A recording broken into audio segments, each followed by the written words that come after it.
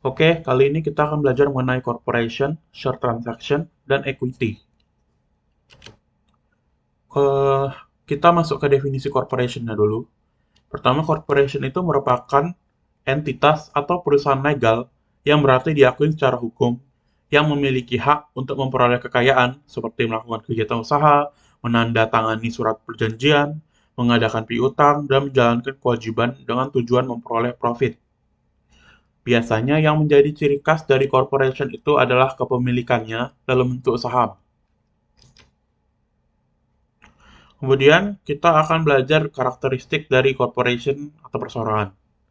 Nah, ini ada keuntungan dan kerugian dari corporation itu sendiri.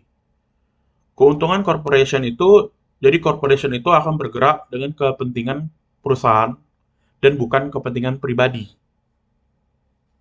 Yang kedua, kewajiban corporation itu terbatas, di mana jika terjadi sesuatu, misalnya bangkrut, maka kreditor hanya bisa mengklaim aset dari corporation yang tidak akan berefek pada pemilik saham, kekayaan pribadi pemilik saham. Nah, hal ini membuat resiko kepemilikan corporation itu jauh lebih kecil. Ketiga, corporation itu sifatnya lebih fleksibel karena kepemilikan perusahaannya bisa dengan mudah berpindah-pindah atau berpindah tangan. Negatifnya, pertama regulasi corporation itu kompleks dan sulit. Kedua, ngebangun corporation itu mahal, jadi sulit juga untuk membuat corporation itu sendiri. Ketiga, pajaknya itu banyak. Sebagai contoh, corporation itu dikenakan pajak perusahaan, terus dikenakan lagi pajak dividen. Kita lanjut ke ordinary share. Jadi ada istilah yang perlu kalian tahu untuk belajar mengenai transaksi saham. Pertama itu issued share, maksudnya jumlah saham yang telah diterbitkan oleh perusahaan. Kedua outstanding share, maksudnya jumlah saham perusahaan yang beredar di kalangan investor. Ketiga itu authorized share, maksudnya pembatasan maksimal jumlah saham yang dapat diterbitkan perusahaan. Kemudian kita masuk ke istilah value per share. Pertama itu nominal value per share. Ini mengacu pada nilai atau harga per saham yang telah ditentukan saat diterbitkan. Kemudian tuh book value per share. Dari kata book value ini kita bisa tahu kalau book value per share ini merupakan perhitungan nilai per saham. Kita menghitungnya dengan membandingkan jumlah nilai saham biasa dan jumlah lembar saham yang beredar. Lanjut, kita ke dividen. Jadi dividen itu ada 3 tanggal penting yang harus kalian perhatikan dalam pembagian dividen. Pertama itu declaration date atau pengumuman. Biasanya isinya pengumuman perusahaan itu mau bagi dividennya berapa per satu lembar saham dan ke saham yang mana. Kedua itu pas dia nge-record atau recording date, yaitu ketika perusahaan ngitung ada berapa jumlah saham gitu sebagai dasar penghitungan dividennya. Ketiga itu payment date. Payment date itu ketika perusahaan membayarkan dividennya. Dividen itu ada 2 jenis. Satu cash dividend, maksudnya dividennya dibagiin dalam bentuk uang. Kemudian itu share dividend, maksudnya dividen dibagiin dalam bentuk saham. Nah, dalam penjurnalnya, dividen itu cuma dijurnal pada saat declaration-nya sama payment-nya aja. Pas recording date-nya nggak usah dijurnal lagi. Untuk penjurnal, itu yang pertama, cash dividend. Ini dividen yang dibayarkan secara tunai. Nah, ngejurnalnya itu ketika perusahaan mendeklarasikan di mana cash dividend pada dividen payable. Dan ketika perusahaan membayarnya itu di mana dividen payable pada cash. Nah, yang kedua itu share dividend. Ini dividen yang dibayarkan dengan saham. Nah, waktu ngejurnalnya itu juga sama. Ketika perusahaan mendeklarasi di mana share dividend pada OSDD atau Ordinary Share Dividend Distribute dan share premium ordinary. Yang kedua adalah ketika perusahaan membayarnya, di mana itu OSDD pada cash.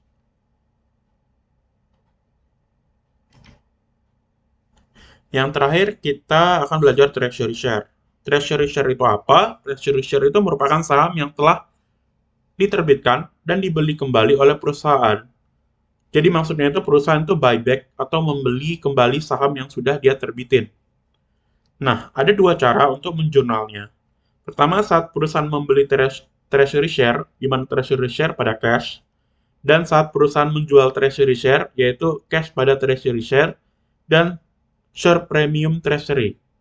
Akun share premium treasury akan berada di sisi kredit bila perusahaan menjualnya dengan keadaan untung. Bila perusahaan menjualnya dengan keadaan rugi, maka treasury share akan berada di sisi debit. Untuk lebih jelasnya, kita akan masuk ke soal. Kita masuk ke problem 3 strip 1.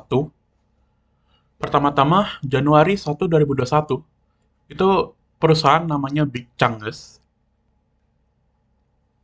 mempunyai share capital sebesar 960.000, di mana 8 dolarnya itu par value atau nilai per sahamnya 8 dolar. Terus 120.000 share issue and outstanding. Jadi sama ya, share issue sama outstandingnya jumlahnya. 120.000 lembar maksudnya. Kemudian share premium itu sebesar 200.000 dolar. Kemudian return earning sebesar 400.000 dolar. Kita disuruh ngejurnal transaksi yang di atas ini. Kemudian kita ngebuat equity section. Itu FOFB bagian equity maksudnya. Untuk Desember 31, 2021. Terus kita disuruh ngitung nominal value sama book value per share-nya. Oke, langsung aja. Januari 1.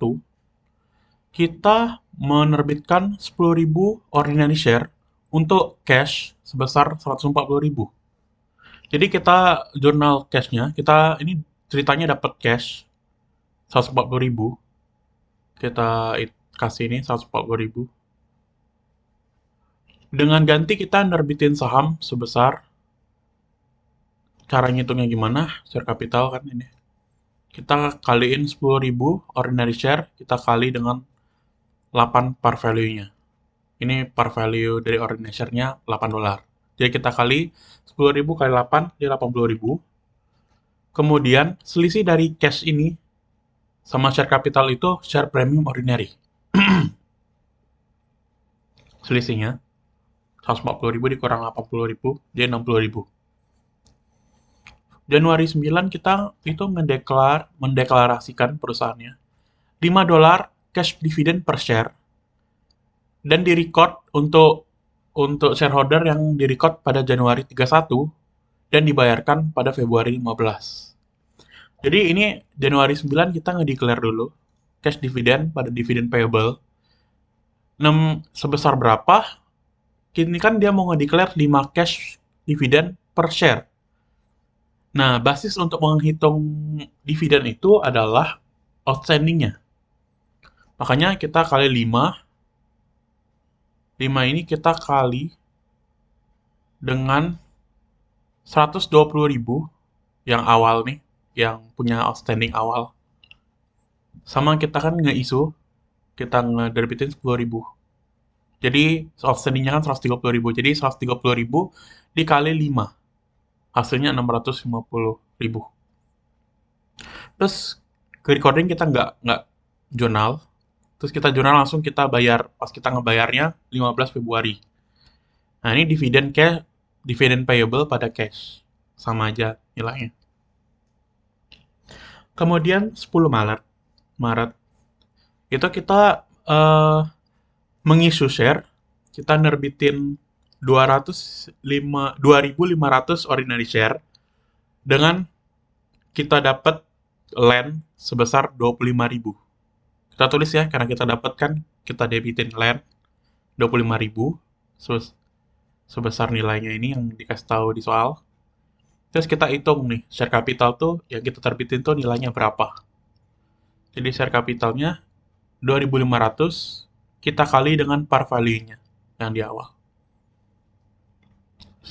Seperti yang tadi, selisihnya tuh share premium ordinary sebesar 5.000. 25 dikurang 20.000.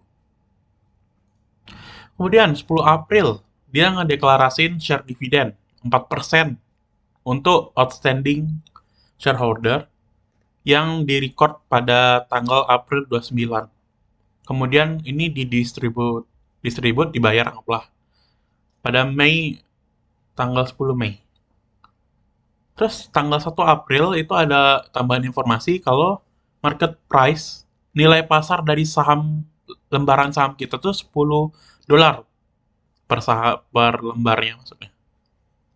Nah, untuk seperti yang di PPT tadi, kita pas nge-declare share dividen, OSDD, share premium. Nah, share dividen ini cara ngitungnya gimana? 4%, terus kita kali dengan outstanding share yang ada. Kita hitung dulu, ini outstanding share-nya, sudah aku hitung. Kan 120 awalnya, 120 ribu lembar saham yang outstanding. Terus ditambah kita nge-issue 10 ribu, terus kita nge-issue 2.500 lagi. Terusnya 132.500. Nah, cara ngitung besarnya berapa share dividennya, kita kali outstanding kali 4% yang di soal tadi, sama kita kali dengan 10. 10 dapat dari mana? Ini 10 market price-nya, nilai pasarnya. Ini untuk ngitung share dividen. Nah, untuk ngitung OSDD gimana? Sama aja, cuma daripada kita kali market price-nya, nilai pasarnya, kita kali dengan par value-nya. Jadi sama aja kayak share dividen, bedanya cuma bukan dikali nilai pasarnya, tapi kita kali dengan nilai parnya. Nih, 132.500 itu outstanding-nya, kita kali 4% dari soal, kemudian kita kali 8 par value-nya. Nanti selisihnya itu share premium ordinary, ya kita selisihnya 53.000 dikurang 42.400. Nih, kemudian ordinary pas kita tanggal 10 Mei ini kita ngedistribusikannya. Kita anggaplah ngebayar share dividennya. Seperti di PPT tadi, itu jurnalnya USDD pada share capital. USDD-nya kita ambil dari sini aja, nggak usah dihitung lagi. Itu share capital. Karena kita ngasih dividennya dengan cara nerbitin saham. Kemudian 19 Juni ini kita menerbitkan 1.200 ordinary share untuk paten sebesar 14.000. Jadi kita dapat paten ya, ini 14.000 paten, kita debitin, kita kreditin share capital. Nyarinya paten tadi 1.200 kita kali dengan 8 par value, jadi 9.600. Selisihnya share premium ordinary. Ini selisihnya 14.000 dikurang 9.600. Oke. Kemudian tanggal 21 kita membeli treasury share. Treasury share ini kita membeli kembali ordinary share yang sudah kita terbitin. Kita beli sebesar $12 dan itu 2.000 lembar. Jadi seperti di PPT tadi, itu treasury share pada cash. Cara ngitungnya berapa nilainya? 12.000. 12 dolar kita kali dengan 2.000. Nih. Jadi kita ngeluarin uang ya karena kita beli cash, terus kita dapat treasury share 24.000. Kemudian 15 Agustus kita ngejual treasury share yang kita beli tadi sebesar 1.000 lembar dengan harga 20.000. Pertama kan kita ngejual, kita dapat uang cash. Kita debitin, terus sebesarnya yang kita dapat tadi 20.000. Terus kita ngeluarin treasury share kita berapa tadi untuk penjualan ini. Nah, cara ngitungnya tuh kita kaliin lembaran yang kita jual 1.000. Terus kita kaliin dengan nilai lembar yang kita beli tadi. $12 kan kita beli tadi. Makanya 12 kita kali dengan 1.000. Jadi 12.000. Terus selisihnya share premium treasury 8.000. Nih selisihnya 20.000 dikurang 12.000. Kemudian tanggal 26 September itu terjadi share split. Share split itu maksudnya apa? Share split itu ketika satu saham kalian tuh dibagi dua gitu. Perusahaan tuh ngebagi duain sahamnya gitu. Jadi dari satu jadi dua gitu. Nah, ini ngefek kemana aja? Ngefeknya tuh ke outstanding share-nya pasti. Nih. Kita cari dulu ya outstanding share-nya gimana. Ini yang tadi. 120.000 tambah 10.000 tambah 2.500. Kemudian ini ada pembagian share dividen, jangan lupa. Ini cara nyarinya 132.500 dikali 4%. Ini lembaran yang kita bagi. Ini cara baginya. Outstanding yang tadi kita kali 4%, yang pas kita bagi share dividen. Kemudian kita ini ngisu lagi kan, kita ngeterbitin lagi 1.200. Ya dia bertambah outstanding share-nya. Nah, di sini kita kurang 1.000 treasury share yang di tangan kita. Nah, 1.000 ini dapat dari mana? Kan kita awalnya beli 2.000 treasury share. Nih, terus kita jual 1.000. Otomatis kan di tangan kita masih ada 1.000 kan treasury share-nya. Nah, makanya kita kurangin dengan 1.000. Treasury share ini bersifat sebagai pengurang dari outstanding share. Dia bersifatnya mengurangi outstanding share. Nah, kita kurang dengan treasury share yang ada di tangan kita. Hasilnya 138.000. Pas 26 September ini, sebelum share split. Nah, share split ini ngefek kemana? Pertama, dia ngefek ke outstanding share kita. Karena ini share splitnya 2 for 1. Ini ya, 2 for 1 ya. 2 for 1. Kita kali 2. 138.000 kita kali 2. Karena kita mau ngebagi 2 itu, mecah share kita jadi 2 gitu. Terus par value juga berubah. Dia nggak jadi 8, tapi dia berkurang kan karena ini sudah dipecah nih. Terus yang outstanding share kita nih. Karena ada share split. Nah, dia berkurang dari 8 jadi 4. 8 bagi 2 kan. Nah, kemudian 8 November dia nge-declare 0,5 per share, 0,5 dolar per share untuk outstanding shareholder, untuk outstanding share-nya. Yang di-record pada tanggal Desember 1 dan dibayarkan Desember 16. Jadi kan karena ini tanggal Desember 1 kan nggak ada nih kan, nggak ada transaksi, jadi sama aja ya pas kita nge-split 0,5 kita kali dengan outstanding yang sudah di-split tadi. Makanya ini 0,5 kita kali dengan 276.000. Itu untuk ngitung besar cash dividennya. Seperti tadi ya, yang di atas ini kita cash dividen pada dividen payable 138.000, 138.000. Terus pas 16 Desember kita bayar, kita nggak usah ngitung lagi dividen payable pada cash 138.000, 138.000. Kemudian Desember tanggal 30 itu dia menerbitkan 4.000 ordinary share untuk cash 25.000. Nah, karena kita dapat cash 25.000 jadi cashnya di debit 25.000. Terus kita hitung share capital ordinary. Nah, di sini kan kita sudah share split kan. Jadi per value-nya sudah berkurang kan. Dari 8 jadi ke 4 dolar. Nah, kita 4. Nah, kita jadiin 4 dolar nih. Kita jadiin sebagai dasar perhitungan untuk nilai share capital yang kita kredit di sini. Jadi 4.000 dikali 4 dolar. Nih. Bukan 8 dolar lagi, 4 dolar. 4.000 kali 4, 16.000. Terus selisihnya itu share premium ordinary. 9.000. Nah, kemudian kita disuruh buat equity section. Dari SOFB ya, Statement of Financial Position. Pertama, nama perusahaannya itu Big Changes ya.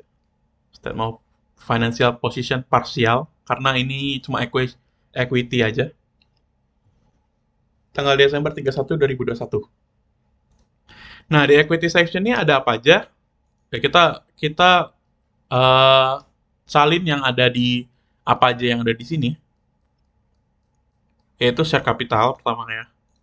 Share capital ordinary-nya. Nah, kita cantumin juga informasi-informasi yang pas tanggal 31 Desember nih. Dia kan sudah di share split, jadi 4 dari 8 par jadi 4 par kan. Kita catat sini 4 par value. Terus share issued-nya berapa? Eh, Kalau kalian nggak mau ribet ya, share share isunya berapa? Kan lihat di sini kan outstandingnya pas kita share split 276.000. Nah, eh kemudian kita ada nge-isu 4.000 nih. Makanya jadi share outstandingnya jadi 280.000 kan. Nah, karena kita punya apa tuh? Punya treasury share itu awalnya 1.000 ya sebelum share split. Nah, setelah share split kan 2.000. Nah, untuk nyari share outstanding kan share isu dikurang share treasury share. Nah, kita balik aja nih, share outstanding-nya kan 250.000. Berarti kita tambah sama treasury share 2.000 tadi setelah share split ya. Awalnya kan sebelum share split 1.000 lembar. Setelah share split itu 2.000 lembar. Nah, makanya kita share isunya 282.000 share isu. Kalau diketahui share isu gimana? Nyari share outstanding? Ya tinggal dikurang gitu. Kalau diketahui share outstanding ya kita tinggal ditambah treasury share. Tapi kalau diketahui share isu kita tinggal kurang treasury share-nya. Dibalik-balik aja ya. Nah, kemudian sebesar berapa nih?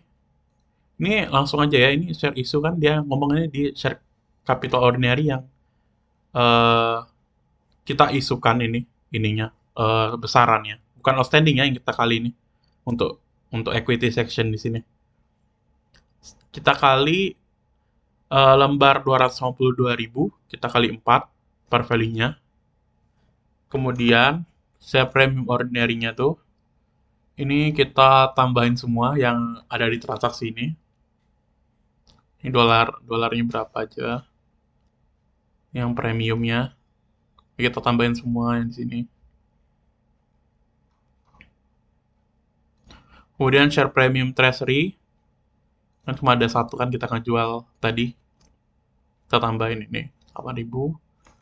Kemudian return earning. Nah, return earning ini kan kita nggak langsung buat SOFP kan. Nggak usah buat return earning lagi.